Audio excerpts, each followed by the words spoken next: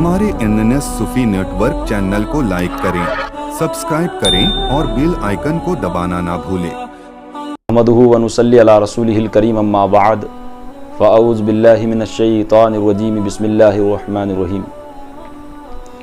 अल्लाह के रसूल सल्लल्लाहु तआला अलैहि वसल्लम के ज़ाहिरी ज़माने से लेकर तो आज तक अल्हम्दुलिल्लाह पीरी मुरीदी की वो तालीम दुनिया भर के अंदर आम है और खानकाहों से मुंसलिक लोग अपने आबा व अजदाद के तौर तरीक़े को बेहतरीन तरीके से अंजाम देते नज़र आ रहे हैं, जिसके अंदर मज़हब इस्लाम से जुड़ने के लिए तज़किये नफ्स व तस्फ़ीय क़ल्ब जैसी खिदमात को अंजाम देने के लिए लोगों को हल्क़ा इरादत और मुरीदी के अंदर दाखिल किया जाता है।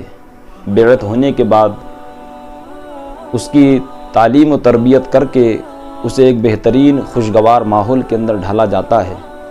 अब ज़ाहिर सी बात है, इस दुनिया के अंदर हर इंसान किसी न किसी से बैत होता है, लेकिन कुछ लोग ऐसे होते हैं जो खालिस बैत होने को ये समझते हैं कि हम बैत हो जाए, इसी से हमारे सारे काम मुकम्मल हो जाए। एक बात याद रखें, मुरीद दो तरह के होते हैं।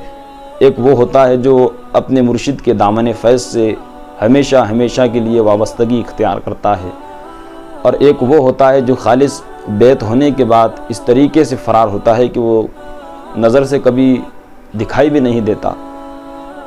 और मुर्शिद कामिल का फैज़ उन्हीं को अता होता है, उन्हीं को उनकी दुआएं और उन्हीं पर उनका साया करम बरसता है, जो हमेशा उनकी निगरानी के अंदर होते हैं और उनसे औराद व वज़ाइफ को सीखते हैं।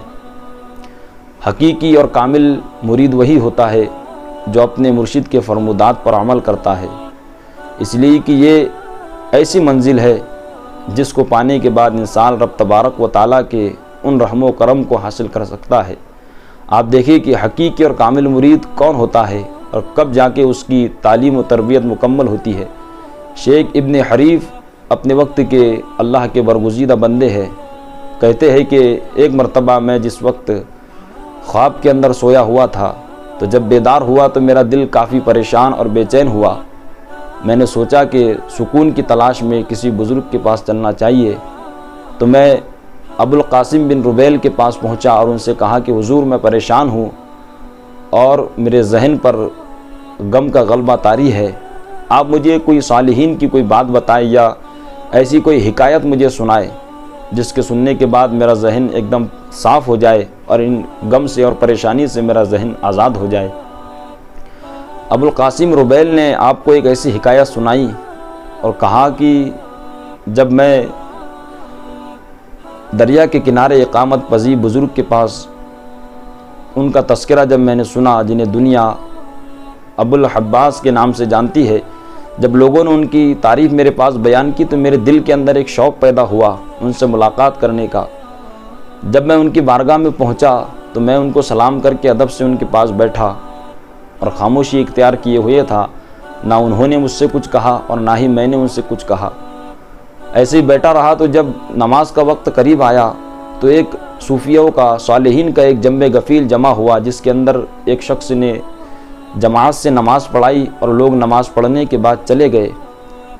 फिर नमाज के बाद मैं उन्हीं के पास बैठा रहा। तो फिर असर का जब वक्त करीब आया, असरी की भी नमाज जमात से मैंने अदा की, और नमाज अदा करने के बाद जब सालिहीन का मजमा, सूफिया इकराम का मजमा एक जगह बैठा, वहाँ पर सूफिया इकराम की तालीमात और तज़किये नफ्स व तस्फ़ीय क़ल्ब के मुतालिक कुछ बातें उन लोगों के सामने पेश की जा रही थी, जो मैं बगौर सुन रहा था।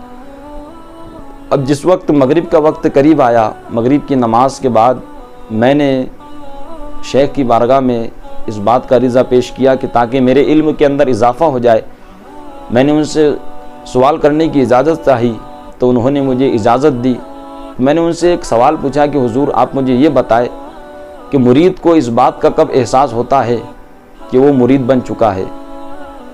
मुरीद कब ये महसूस करे कि मैं मुरीद हूँ। इतना सुनने के बाद जो मजलिस सूफिया इकराम की बैठी हुई थी, उन्होंने जलाल की नज़र से उनको देखा और शेख ने भी कुछ इस बात का जवाब नहीं दिया।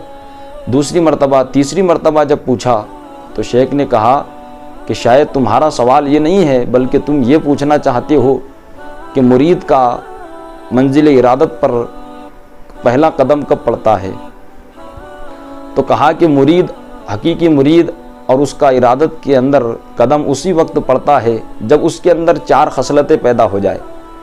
پہلی تو خصلت یہ ہے کہ وہ شخص کے لیے زمین لپٹ دی جائے، اور اس طریقے سے کل کی کل زمین لپٹ دی جائے کہ وہ پوری زمین کا ایک قدم کے اندر سفر طے کر سکتا ہو۔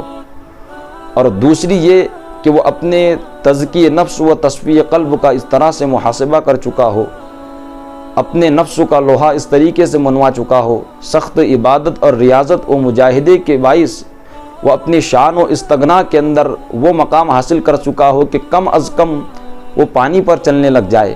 اور تیسری خصلت اس کی یہ ہے کہ دل کے اندر جو وہ ارادہ کر لے وہ اسے چیز میسر آ جائے۔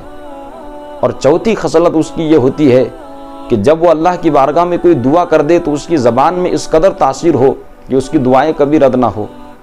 یہ حقیقی اس مرید کی پہچان ہے جس کا قدم ارادت کے اندر پڑ جاتا ہے۔ تو اس کو پانے کے لیے انسان کے پاس اپنے مرشد کامل سے، اس کے فیض سے دامن وابستہ ہونا چاہیے۔ جب تک وہ کسی کی سرپرستی میں رہ کر حقیقی اور کامل اپنے پیر کی مراد نہیں بنتا تو مرید اس وقت تک مرید نہیں کہلاتا۔ فیوز و برکات کو پانے کے لیے، ان ساری نعمتوں کو پانے کے لیے، حقیقی اور کامل مرید بننے کے لیے شیخ کی تربیت بھی ضروری ہوتی ہے اور ان کی تعلیمات پر عمل کرنا بھی ضروری ہوتا ہے۔